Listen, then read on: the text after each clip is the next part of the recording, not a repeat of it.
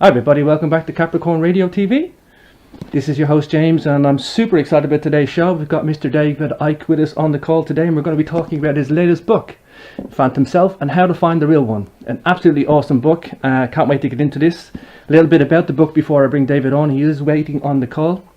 Phantom Self takes the story still deeper into the shadows to reveal the scale and magnitude of what is unfolding as people go about their daily lives. Who or what is dictating the nature of these daily lives? Who and what is driving global society down a dark road of 24/7 control, surveillance and tyranny, and why?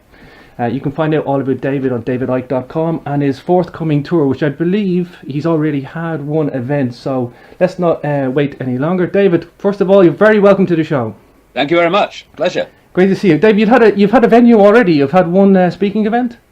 Yeah, it started on the Isle of Wight, about 4 miles from where I'm sitting, on Saturday. And then I go to London in 2 weeks' time to Brixton Academy, and then all around the world, and Ireland very early in the new year. Oh, beautiful. And the reaction on Saturday was fantastic. I mean, to our little island came people from all parts of the world, including places like Iran. So it's so encouraging after all those barren years of walking a lonely road and banging your head against a wall thinking nothing's ever going to change, but you're going to keep trying anyway, that suddenly the waters are breaking. It's fantastic. Sure. Actually, I'm getting into London on June 18th, but I'm going to miss that date, but I probably will see you in Italy. I think I'm going to grab the Italy event. Oh, in Rimini, yeah. So I'm looking forward to that. And before I get into the book, David, I know you've had a really long, arduous road, and you were a lone voice before it became fashionable to talk about conspiracies. But I mean, we won't go too mad on the bio because I know you've done this a lot. But I mean, it was a major thing for you to go through the ridicule, because that really did instill in you, I don't know, determination to see through. It took off the any sort of illusion of any kind of any kind of thrill of anything. This was going to be a hard job straight from the word go. I mean, the biggest thing it gave me, James, was it eliminated concern about what other people thought of me. See, we are multi-dimensional beings, multi-dimensional consciousness, and the amount that the conscious mind, this is even mainstream science, the amount that the conscious mind is aware of is, compared with the subconscious mind, is absolutely laughable. And so the conscious mind is, I could put it like this: the conscious mind is like going down a bending river on a canoe, and the subconscious mind is looking at that scene from Google Maps, right? So what you think is a terrible thing, it's like I have this phrase, life tends to give you your greatest gifts brilliantly disguised as your worst nightmare. What looks to us like a nightmare in a really bad situation, to the deeper levels of yourself, not some guy in a spaceship, of deeper levels of yourself, that experience takes on a completely different context. It's an essential experience for something that's coming down the river symbolically, but you don't know what's down the river, but the subconscious does, and the more expanded level of your awareness does. So while that mass ridicule for me was, shall we say, challenging in the experiencing of it, what it deleted was the fear of what other people thought of me. Now, a few of those turns in the river down the road, I'm coming up with information that, to say the least, is far out from the perspective of what we call, and we only call it this, normal perception of the world. And had I not been through that deletion of this fear that enslaves so many people, in fact almost everyone to some extent, the fear of what other people think, that was deleted from me. And therefore, when this apparently, on the face of it, strange information started coming into my life and I started to compile it and put it together, there was no point, because of that experience, that I went through a process of self-censorship, of, well, what do I leave out so they don't think I'm crazy? I don't care if people think I'm crazy. What I care about is whether I'm closing in on the truth or not. Wow. That's my only criteria. So I don't have this self-censorship mental gymnastics that I go through. And I have to thank a nightmare experience for that. Yeah. Wow. David, I just want to say a big shout out to Valeria for sending me a copy of Human Race Get Off Your Knees. And in reading that and reading The Phantom Self, David, I just, you know what I like about this book is there's a lot of new, really cutting edge information in it, very scientific. It's like stripping the bullshit away and just saying, look, this is, you know, science is so ignorant, David, that and it's, I mean, it's all sitting there for everybody to go out and read, and the scientific doctrine if they want. And I love the core stuff in this, and there's a lot of positivity in that, I think, this book, David. Not that there's, you know, I think it's not right to say negativity either, because you need to get through some negative reality of situation to understand it, to know where you're going to go with it. I mean, if it's negative, it's negative. You can't tiptoe around it. The point is that I would say, because what you're introducing here is what I've heard so many times over the years, particularly from people of what you might call the New Age type arena, which is you mustn't frighten people by saying what you're saying about what's going on in the world. Well, first of all, they often the same people are going around telling others you must let go of fear. So, I mean, where does that fit into this little story? But it's ever so simple. If you do not know what is going on in the shadows, behind the scenes, then how are you going to do anything about what you don't know is going on? What this mentality doesn't see is that understanding what is happening, and not least the techniques of mass manipulation to get us to react in the way that's desirable, is absolutely the fundamental bottom line foundation starting point of doing something about it. And then once we've got a grasp on what's happening, or some of it, and we've got a grasp on the mass mind and manipulation, emotional manipulation techniques, then we can look at why a few can control and direct the lives and the society of the many, the rest of them, and why they can do it without needing to physically force everyone to do it. That then leads us into how it's all done, and that is by the manipulation of perception. And what I do in Phantom Self, and what I'm going to do in these World Tour events, I did it on Saturday, and I saw the reaction from the audience when I was doing it, was simply to go through the sequence that everyone goes through from being born to going out and on into the adult world, and to just highlight the means through which people believe what they believe. It's what I call in these events the postage stamp consensus. It's a little area of what is perceived, because everyone has been through this process, through influenced by the parents who've been through this process, so they pass it on to their children, then into school at a ludicrously early age. And an authority figure from then on, and figures, is telling you what is right and wrong, possible and impossible, what is and isn't, when you can speak, when you turn up, when you can leave, all this stuff. I mean, schools, for me, are just prisons for children, but programming prisons for children. And then you go off into higher education, and you then actually get into great debt now to pay for the higher level programming. And then you go out into the world, and as you do, and you go into the institutions of politics and business and banking and science and medicine and all these things that actually are the bastions of from which people get their perceptions of reality. Everyone who goes out into those professions and others from this core programming we call education takes that core perception of normal out in those professions, and then of course in the adult world these professions and institutions are then confirming to each other that this normal is indeed normal. But as you rightly mentioned a few minutes ago, once you actually just step off the postage stamp consensus, and of course we're back now to the ridicule, because there's two ways that this postage stamp consensus dictates the human version of normal, en masse. One is the download from cradle to grave of what is normal, operating in this tiny, tiny range of possibility. And the other one is people who may be questioning it. They still stand on the postage stamp because they don't want the consequences of challenging it or stepping off. Mm. What will my mother say? What will the blokes at work say? You know, what will these people say? That person say?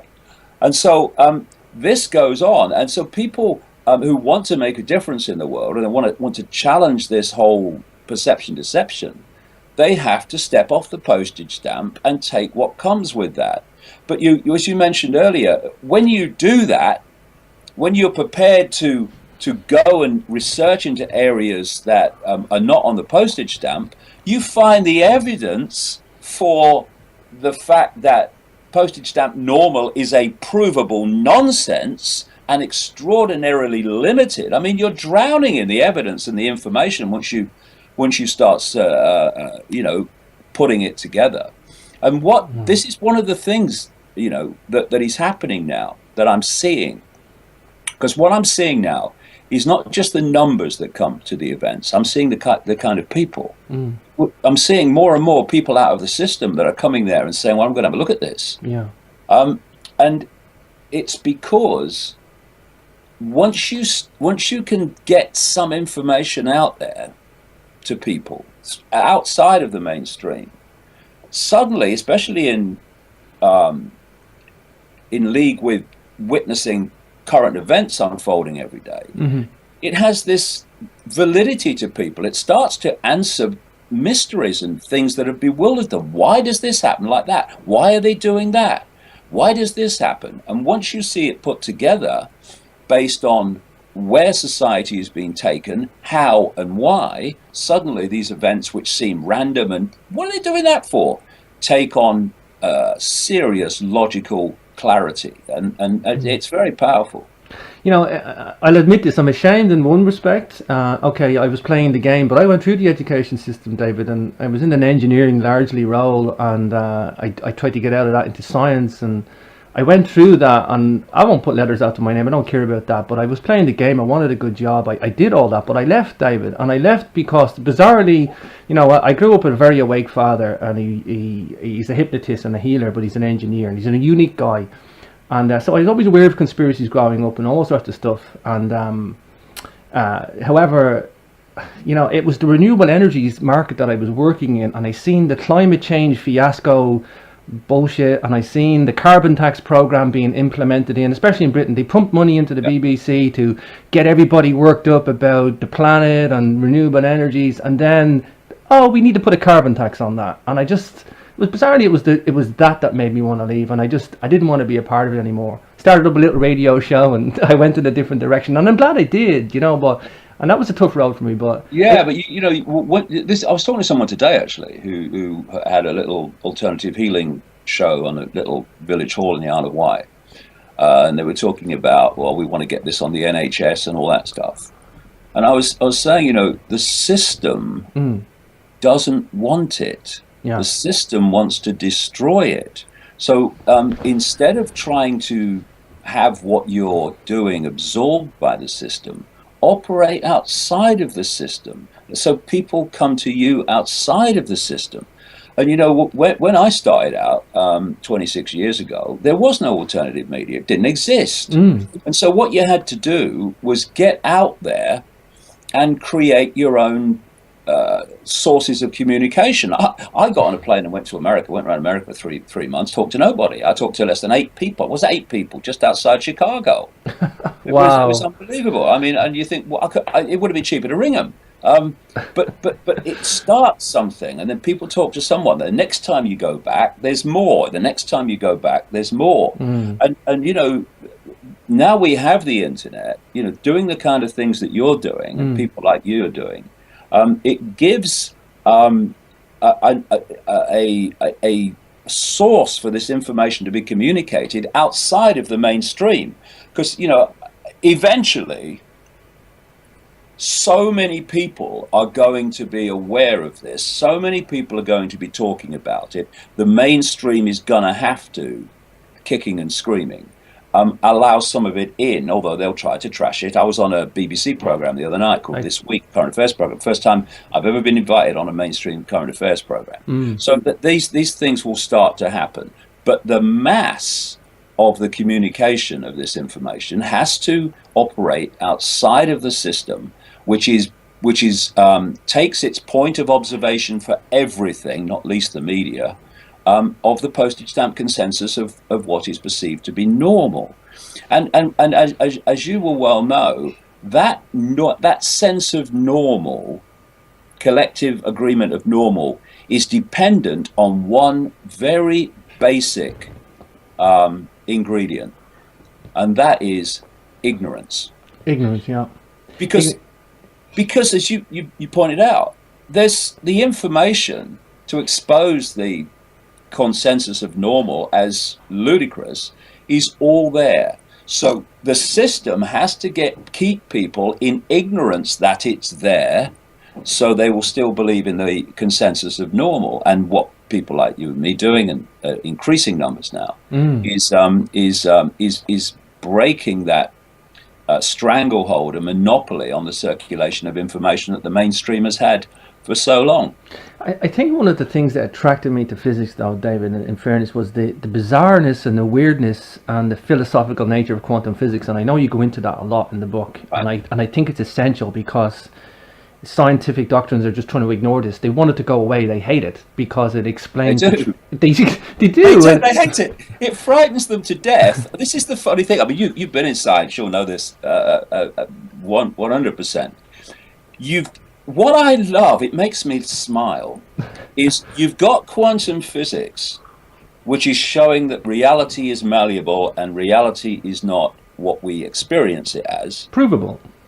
Yes, and then you've got all these other scientific disciplines that now, kicking and screaming again, have to acknowledge the existence of quantum physics, but having done it, they all crack on in their own discipline as if that doesn't exist. Ignorance again.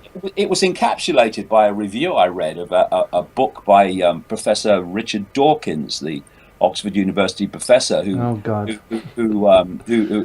for whom anything alternative is garlic to a vampire, really. And he in this review, it was pointed out that he said in the book that reality is not malleable, but in another part of the book that his knowledge of quantum physics was a bit foggy, which is a kind of staggering contradiction. And this is so important, not just in understanding how we manipulate it, because that in the shadows that is manipulating behind what we see, understand the nature of reality and how we interact with it, and they're manipulating us and our perceptions by using that knowledge. But it's also vital for the way we live our lives in general. I mean, this is the craziest thing. Because of the postage stamp consensus, politics, business, banking, science, journalism, medicine are all based, both in their observations and in their operations and laws and medical techniques, on the fact that the world is solid and physical when it's not.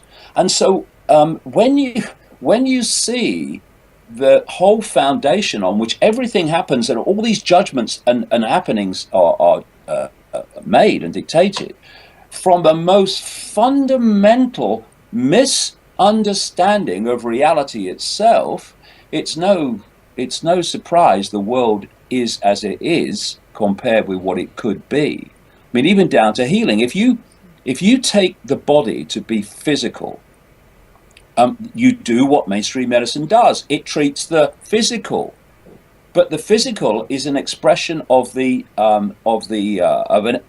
energetic field and fields in the unseen, beyond the tiny frequency that we can decode into a visual reality.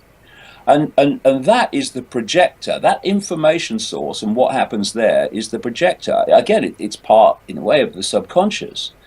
the body is the movie on the screen. This is projecting the movie. So if you try to change the movie on the screen, it's never going to change. You've got to change what it's being projected from.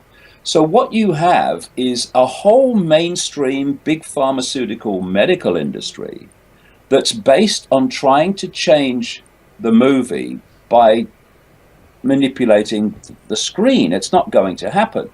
And this is why the great cry from the alternative, much of which targets the energetic field rather than what is a holographic projection, I would say, is that mainstream medicine only treats the symptom. It doesn't treat the cause. The reason for that is the symptom is manifesting in the person's experience and the doctor's experience in the physical body, the hologram.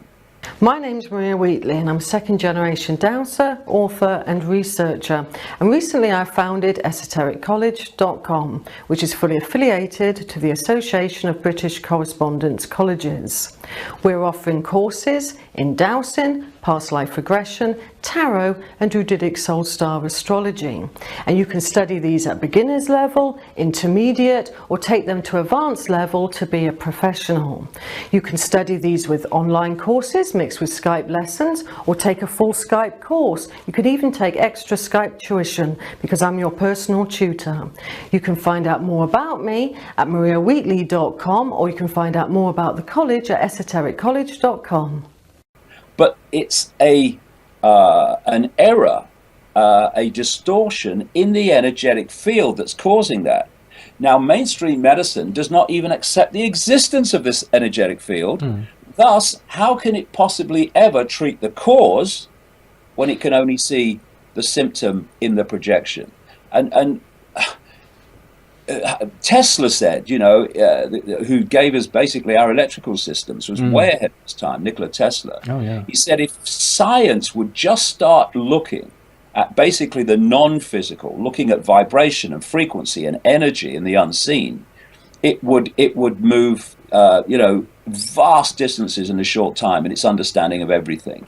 And the reason the National Health Service and things like that are overwhelmed, well, one of the major reasons they're overwhelmed is so many people are ill.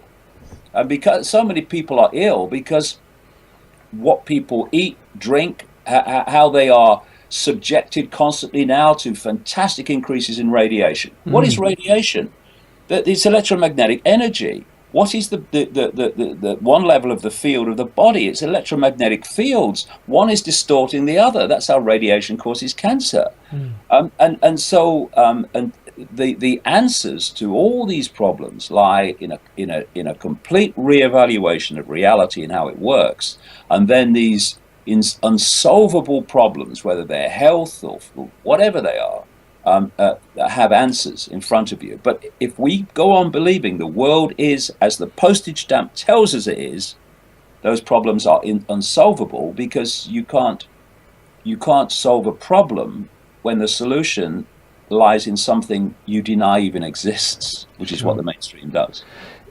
I think what I like about reading the book is that it reiterates my position. I can say I'm awake for a long time now, but I have levels of being awake. I think I'm awake, and then I realize another layer of manipulation that's out there, and it's like that. It's like layers and layers of manipulation and deceit, and it's a nasty environment we have to navigate in. It is, let's be face it, but I'm proud to be awake. I'm happy to be awake. I would rather be awake than be asleep. I'd rather know than not know. Just for a moment, to explain what the phantom self is versus the infinite self, and the difference between the two, or the comparison. Well, this is the biggest thing of all for me. Because of the manipulation, the perception, deception, most people, the vast majority of people, self-identify with their body, their name, their income bracket, their race, their nationality, their religion, their life story. But our true state, our eternal state, is awareness, the state of being aware. The question is, how aware? what I'm saying is that there is one infinite seamless awareness, which I'll use the term infinite awareness for, and we are all points of attention within it. So my point of attention at the moment, my infinite awareness, is having a point of attention called David Icke in this body, in this country, in this place, and with this life story. But I don't self-identify with David Icke being me. I associate David Icke being a label for my current experience. I self-identify with being infinite awareness, having that experience. And what it does, that reevaluation of self-identity, I can sort of my own experience, is it's Einstein said, it's pretty simple. He said, and it's not philosophy, it's physics. If you tune to the frequency of something you want, then you can't help but have it. You can't help but be it, because the frequency is, if the frequency of what you want is this, if you tune with it, then this manifests. That's how it works. And what the conspiracy is about, and its foundation, foundation of everything, is manipulating our perceptions of not just reality, but of self, crucially, so that we see ourselves in the most limited form. And so if you self-identify with what I call phantom self, name, background, race, color, etc., then that perception carries a frequency. And that frequency band of that perception, little me, shall we call it, can tune in to energetic information states, inspiration, whatever you want to call it. Within this infinite awareness, it can only access that frequency band. So basically, little me self-identity manifests itself as a little me lifestyle, because that's the only frequency range of this infinite. Think about it, you could think about it in simple terms as like Wi-Fi. You can only tune with that perception of self and reality to that level of information. Thus, you can only get a certain very narrow fix on everything and an understanding of everything. When you self-identify that is my experience and I am infinite awareness having that experience, that very change of self-identity expands your awareness. Why? Because your sense of who you are has expanded, and therefore from that must come an expanded level of awareness that's now accessing much greater amounts of this infinite field of awareness. Thus, that suddenly, instead of seeing dots and pixels and trying to work it all out, it just sort of looks chaotic. Once you expand your awareness, sorry, it's hot in here today. I'm getting sweaty eyes. It's really hot today. Then you're now seeing pictures, not pixels. You're seeing how the dots connect. You're seeing pictures. You're seeing that and that and that and that, and not operating in isolation. They're operating together, and therefore you see the world in a completely different way. And because the vast majority of people are on the postage stamp in phantom self mode, I am Ethel, work down the store, instead of I am infinite awareness having an experience, it means that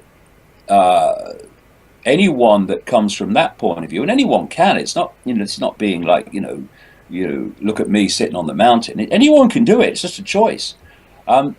It means that the postage stamp consensus is going to see those people, ironically, as crazy and dangerous. This has happened throughout history. The authority in any point has always been terrified of mystics, of people who saw the world from a different angle. Because when you are an authority, what you need to control most effectively is uniformity. You look at any tyranny, what they're after is uniformity. Look at the European Union. They want they want uniformity on the size of bananas. Compliance. Everybody complies. Yeah. This is how it works. And once you start expanding your awareness, uniformity is out the window. Because what this infinite awareness is, put another way, is all possibility. And what happens when you get pulled into that little me perception of self is suddenly there seems to be very little possibility, because everything seems limited, everything seems I can't. But then when you expand out of that nonsense, suddenly you start to become aware of more and more possibilities.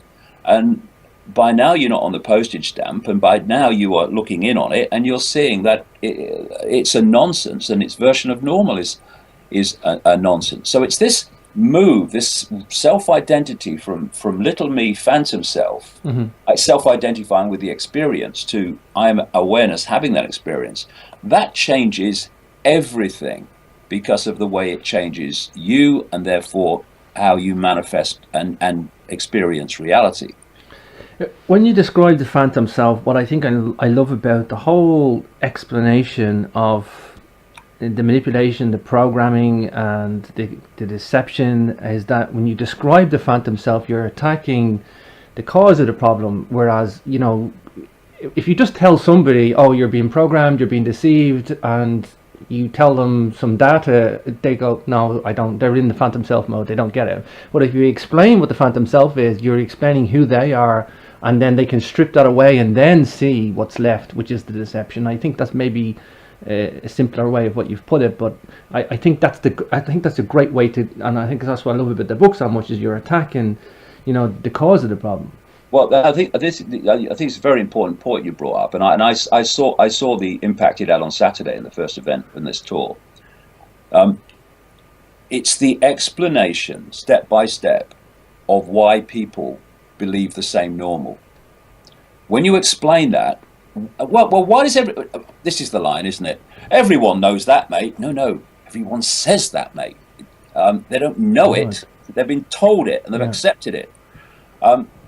But when you explain step by step, from coming out of the womb to going to the other end, how we're constantly programmed with this postage stamp normal, and how it's defended with ridicule and dismissal, anyone who wants to challenge it, the penny starts to drop. People can start to see, well, I can now see why everyone believes in this normal. And then when you follow that up by demolishing the normal with evidence that it's a nonsense, and you just see eyes open and lights going on. But again, we come back to this building alternative sources of information, because you're never going to have, I mean, I started on Saturday at 10 in the morning, and I left the building just after 10 at night. Wow. And that's how long it takes. All these events are like that. That's how long it takes to dismantle normal and put forward another explanation for life, the world events and everything. In the mainstream, you're never gonna get a fraction of that time to do it. I mean, you know, what do they say? You know, say to me, "Oh, you think reptiles run the world?" Yeah, okay. Well, you've got 30 seconds to explain it. You're okay. Well, I'll make a start, shall I? Bye. You've got no chance. Yeah. So we have to build our own ways of doing it. And I worked at the BBC in the 70s. In news as well as sport. I actually remember you as a kid growing up, David, Really? and I remember you in your football days, and I just want to take a moment to say that I never got what happened with you when you left the football and the other David I came out, and you know, you emerged as this guy with, you know, and you went on this new career, and it was the ridicule that I remember as a kid. I was like, why are they giving this guy a hard time? Even as a kid, I seen that and I didn't like it. Yeah, I didn't think it was necessary. It was massive, but I mean, you know, when you're really coming from a completely another point of reality, and at the time of that Wogan show, I was in a transition period because my head had just been blown off. I've described it before, like you know, the bubble burst, and it burst very quickly. And what I mean by the bubble, I mean that which was my, if you like, phantom self reality. And information and concepts started pouring into my conscious mind, and it was just like I can't explain it any better. It was like pressing too many keys on a computer. Basically, the information processing went, sorry, I'm freezing. I can't process all this. And for about 3 months, and the Wogan show was in the middle of it, I didn't know what planet was on. I didn't know what was going on. I just know my life was changed and all this was happening. Then after about 3 months, it was like the computer unfroze. And people were saying, well, you're like the old David again. What's going on? But I wasn't. I may have seemed like it, my behavior, but I wasn't. I saw the world in a completely different way. And at that time at the BBC, in the kind of late 70s, I saw the end of substance. Because when I first got to the BBC, and especially a little bit before, there was still substance. There were still substantial interviews going on. There were still things done in depth. And it came from America, which is a programming laboratory. If it works there, they export it to the rest of the world. Gotcha. And people perceive that as the American culture being everywhere. It's not the American culture. It's that that is shown to work in America in desire, in the ends of programming and perception programming that's then brought here. Same with food and other things. But I saw it. I saw how, doing my job as a news reporter, it became more and more difficult to get substance on air because everything had to be shorter. And so the mainstream media, and this was done systematically, I would strongly suggest, not by the people that were carrying it out, but in the shadows that were dictating the structure and how it worked.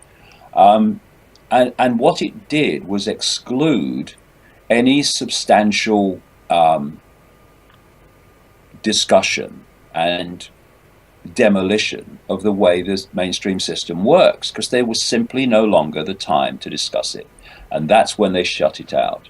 And so people like me, people like you, people who are coming from another angle, you can't get it through in the mainstream media, so we have to build our own networks. And that's what's been fantastic about the last 25 years is I've seen it start, and I've seen it expand. I've seen it absolutely massively expand after 9/11, particularly in America, and now we are, in terms of people and where they get their information from. The alternative media and the internet now is making these mainstream operations, television and newspapers in particular, really start to struggle to compete.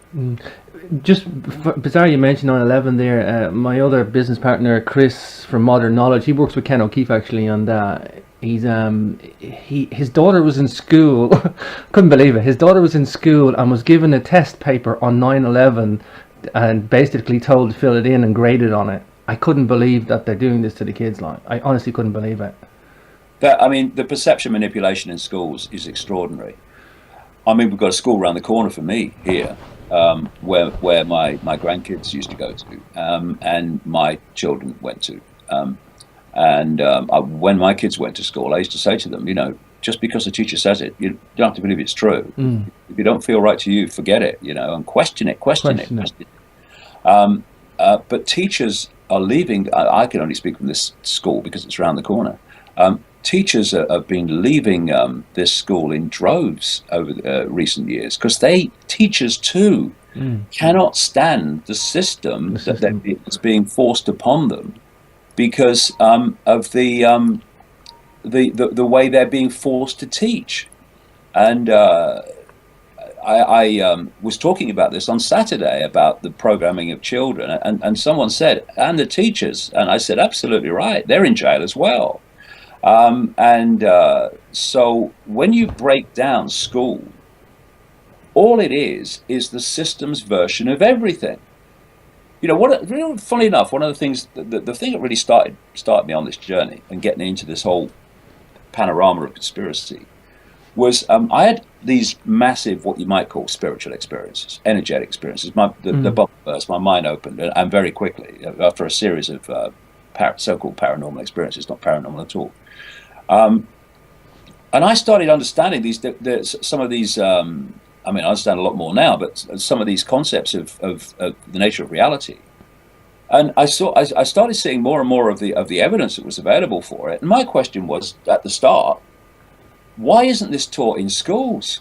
Why aren't there television programs about this? I mean, it's fundamental. It affects every man, woman, and child on the planet, the nature of reality and how it works and who we are and how we are interacting with reality, how thought creates reality, etc.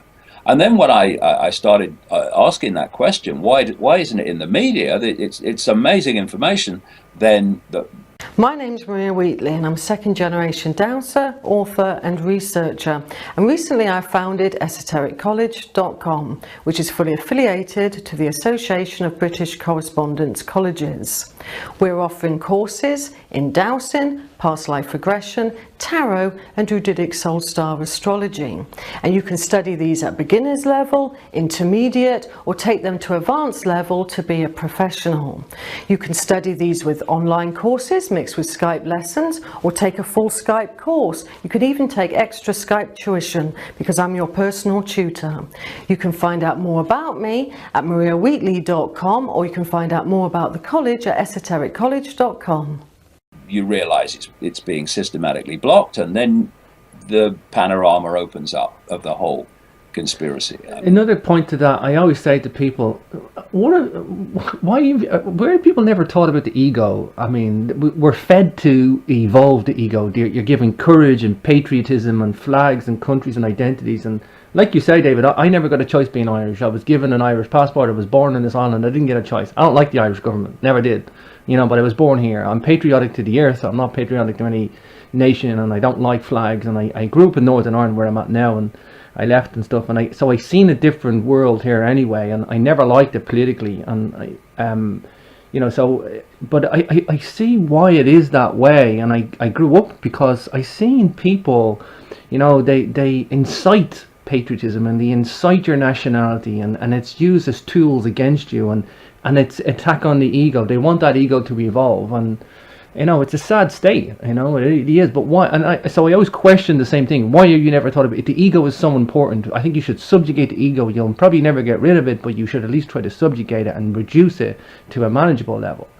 Well, in many ways, what people call the ego is an expression of phantom self. If you get stuck in that level of self-identity, then that's a massive expression of phantom self. But what you're bringing into here now is the way you have the consensus normal, but then they break up the consensus normal into other perception guises, which can be played off against each other.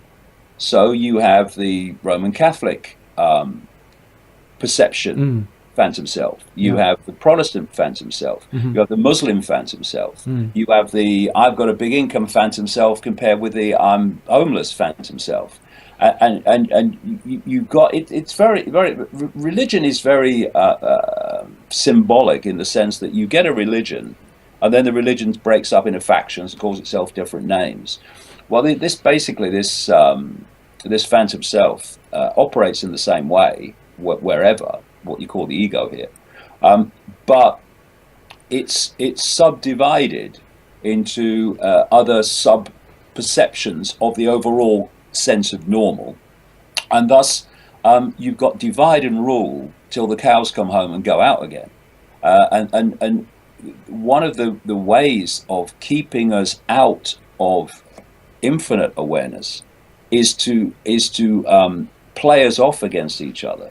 So our focus of attention, this is so important, the focus of attention is in the world of the scene, because you're being pulled in there by conflict, by fear, by all these divide and rule devices. I mean, I kind of cringe when I see Clinton and Trump in America were funded by the same people. Whoever gets into power, the same things are planned to happen. And yet the supporters are fighting each other. This is what I mean. Because they believe it's real when it's not. To add to that, David, so the two-party dictatorship, the red team and the blue team, or the Democrats and Republicans, the Tories and the Labour Party, it's mind-numbing that it still works, David. I'm like going to people, well, if you only have two choices, and both choices, like you say, are either funded by the same people or the same people are behind those, I mean, they all answer to the same people. I mean, especially Yeah. in Britain, they all answer to the Queen anyway. So, how is this stuff still effective? I'm really. Well, the thing is, they've got to try a little bit harder now, particularly in America, because um, people had certainly reached a point, and they have in other areas of the world, where they can see that the name changes, the rhetoric changes, but the policies don't change. I mean, I go through and you can do it ever so quickly in the talks, the sequence between 2001, just before the Bush administration came in, and all these countries that have been invaded. The list of countries that they wanted to invade were in place, provable fact, before Bush came in. The people that made the list came in with him, and they started picking off these countries after they had provided the excuse of 9/11 and the war on terror. But then Bush went out of office after 8 years, and Obama came in. Now, Obama, especially in his first election campaign, no one could have been presented as being different more than him. Change was in every sentence. But after he came in, change, everything's different now. They've gone on picking the same countries. They've just continued with the list, same list. Syria, Libya, they're all on the list. So they've had to try harder. So they as people see that nothing changes, and so they've gone for the first black president. Well, that focuses more interest. Or the first black president.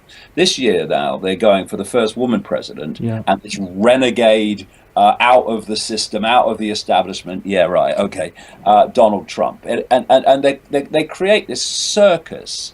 You know, it's very appropriate that Muhammad Ali is in people's minds this week. I'm old to have seen him, come to public prominence. He was a legend, real legend. And what he did brilliantly was play the media and play the public to build up fights, and he became hilarious at it. All these great one-liners and everything that he did. No boxer had ever done that. No sportsman had ever done that before. He was basically creating interest to sell the fight. What they're doing here is another version of that, nothing like as good. They're selling interest in the conflict and this man Trump, who's so different, and Clinton and the first woman. And it's just a stage show, because whoever comes in, as we mentioned earlier, the same things will unfold unless the public intervene. The idea that we're going to change anything through politics. I mean, I'll give you a wonderful example in this country. We had Jeremy Corbyn voted into office as the leader of the Labour Party against the will of the Labour Blair-controlled still establishment. And he got a massive vote from the rank and file members of the Labour Party. He came in, and I'm sure there is genuineness in him that he wanted to do something different. He tried to do it up to the point where he lost the vote with that outrageous Hillary Benn speech on sending the RAF to Syria, to bomb Syria. And it was really kind of as Orwellian as you like that night in the House of Commons, because you had Hillary Benn described as a moderate who argued on bombing Syria, and people who argued against bombing Syria were extremists. I mean, look at the Orwellian language here. From that moment, Jeremy Corbyn has allowed himself to be completely dictated to and absorbed by the postage stamp consensus of politics. He clearly does not want to stay in the European Union. It's been his stance throughout his political career, along with his friend, ironically, Tony Benn. And his brother, Piers Corbyn, is a weather expert, has his own weather operation, and he is a vehement exposer and challenger of the climate change hoax. And Jeremy Corbyn clearly knows that, but he's going with the climate change because he's got to keep the Greens happy and the Green part of his party happy, and the Blair right-wing establishment happy, because they bought that climate change consensus, or fake consensus. And he's going even more outrageously, given his history. He's going with this stay in the EU. And of course, he's doing it as little as possible. He's trying to keep out of it, really. I think he must be deeply embarrassed.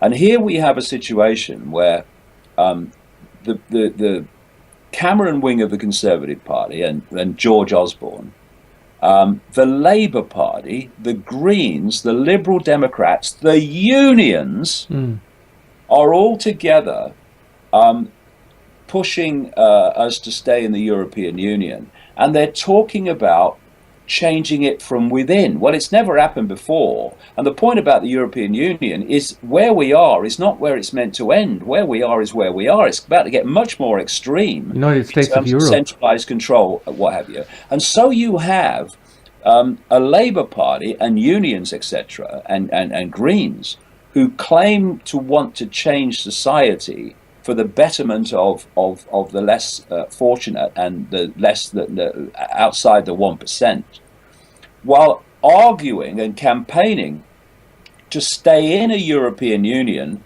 that is dedicated to doing the opposite. In Scotland, this is the Orwellian inversion. We have the SNP in Scotland campaigning for an independent Scotland within the European Union. If ever there's a contradiction in terms ever spoken, that's it. There are no independent nations in the European Union. That's why the European Union is there. And so what we're saying is, let's stay, and they, of course, SNP, they're campaigning to stay in. It's amazing the Brexit polls are so high, given everything that's been thrown at people. But it's classic. It's the classic postage stamp consensus of politics. They're all standing on that stamp, and in this case, it says EU on it. And yet, the EU should be an anathema to all those so-called radical parties that want to stand up for a more just and fair and a more free world. So let's support an organisation that's deleting all of that by the hour. It's crazy. You know, I actually had a little bit of a conversation. I won't say argument, it was a discussion, but my producer Jerry was saying that, you know, voting people to leave the EU, it's not a good thing. It's going to be the United States of Europe. And I said, you know what? Yeah, but I get that, but I don't want to ever vote my entire life. I refuse to vote because the game's rigged, and I don't want to ever vote my entire life. I'm not a sociopath. I'm not removed from society, you know, but I see the game rigged, and I'm not going to. There has to be a point in doing something, or there's no point in doing it, isn't it? Yeah. Really? I don't see the point in it. I don't see the point in voting at all. I think, well, I don't know. The big question is, where are we going, David? Are we going to be at a point of all-out anarchy, of physical anarchy against a controlled government in the future? Is that where we're going to go? Well, I mean, you know, in the events, I've got an image that I repeat in different ways through one particularly long section, which is basically the society that this conspiracy has been heading towards since it began a long time ago. And I call it the Hunger Games Society. It's a structure, if you can see it, as a pyramid, with not just 1% at the top, less than 1% at the top. At the bottom of the pyramid, the fat bit, is the mass of the people, including those people who still at the moment think they're doing all right and this is not their problem. And holding that status quo of the masses, and I mean what we call the middle class now in that as well. If you're not part of the 1% or less than 1%, they want your wealth and security as well. And in between the two, to hold that status quo, is a merciless police state tyranny. And as I go through the talk and I'm putting that up and I'm explaining things like wars and terrorism and Big Brother, and I keep relating them back to this structure, it's extraordinarily powerful when people see that all these apparently random happenings that have no connection whatsoever on the surface are actually all connected to making that structure happen. And so financially, the big breakthrough from this point of view was the bail-in, when the bail-in after Cyprus replaced the bailout, because now the policy in the European Union and the IMF and places, people like that, is to go direct to the bank accounts of the people in the banks that fail.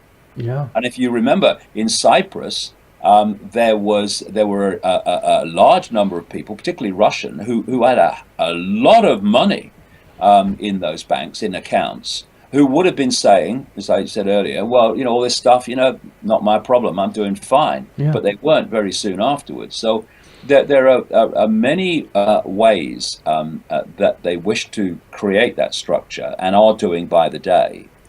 And you know, one of the areas I think very strongly that people need to focus on, particularly parents, but all of us, is the abuse of children by the system. From the abuse of forcing them after a desperately short period since they left the womb into this prison programming system called school. We're now having in this country parents fined for if their kids don't go to school for a day. Wow. Well, yes. Actually, I'm on the Isle of Wight now, and someone on the Isle of Wight challenged that in the High Court in London and won against the Isle of Wight Council. But what the government are going to do now, because there was a loophole which the judges saw, what the government will do, that you watch, they're going to come back with legislation to close that loophole so it goes back to the status quo. Let me play this against you in relation to this, because all this is connected.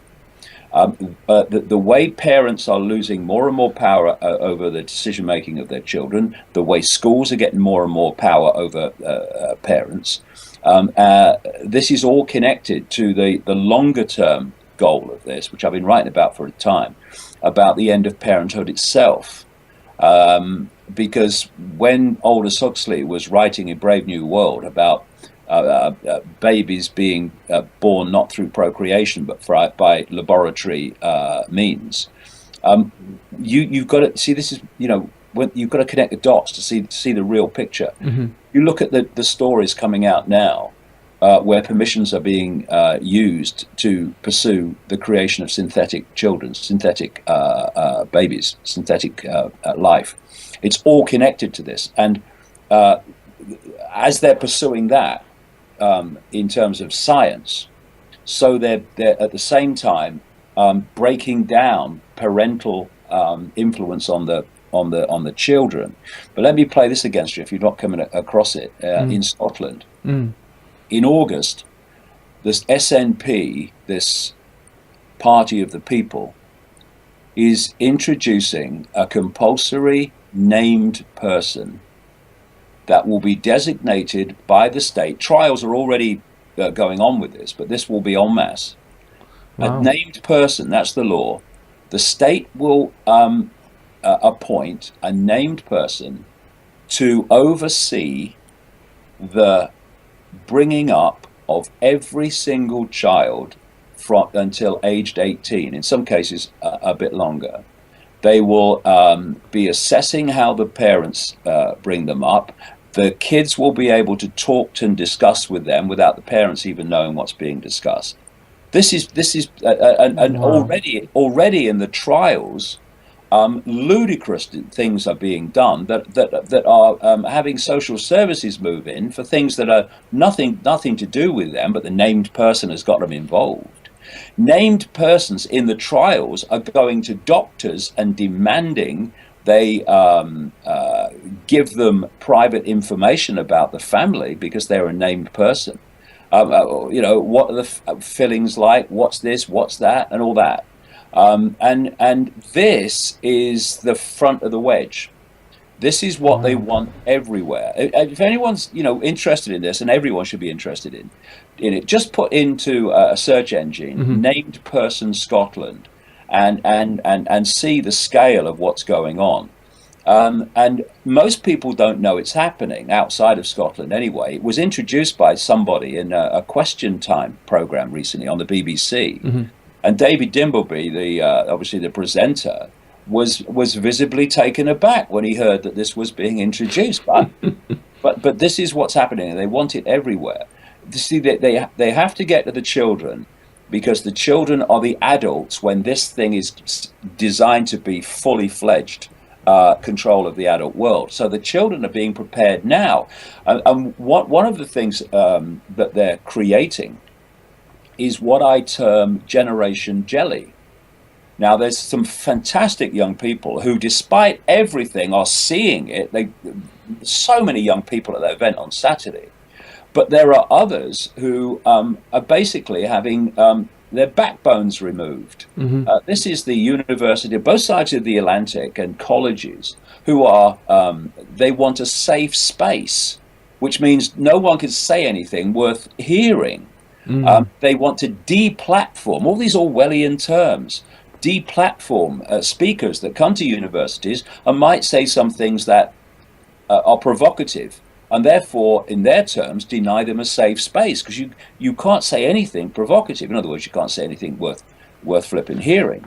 And there was this story I saw about 3 weeks ago, where there was an American college. These students were saying, quote, they were literally traumatized because someone had written Trump 2016 in chalk on the pavement of their college. And in the 60s, when I was a kid, students, not least in America in the Vietnam War, they went on mass marches demanding freedom of speech. Now they're protesting against freedom of speech. They don't want it anymore. And this Generation Jelly is the next stage of the programming, the next stage of the perception download, to make them look to the state to protect them over everything, which is what this system wants. And so protecting the children from all these attacks on their freedom and on the parental rights to make decisions in their early years about them, to even go on holiday when they choose, my goodness, is absolutely vital. This is the front line in so many ways, protecting the kids from all this. Because I say to parents, if you look at your children now, who will be parents in, say, 10, 15 years' time, they won't be parents in the way that you now perceive what a parent is, unless we engage this and stop it. And the fact that not every parent is on the streets in Scotland over this is frankly shocking. A testament to how compliant people have been. But of course there is big opposition to it as well. David, we're out of time. We're at the top of the hour. That was probably one of the fastest hours I've had. The Phantom Self, David, where can people get a copy of the book and find out more about your upcoming tour? Well, same place, davidicke.com. They can get the book there. We'll have it to them in 24 hours, and all the tour details are there. And I can't wait, because when you're in a theater or bigger with people with open minds and overwhelmingly open hearts, going back to how we started, that is a frequency.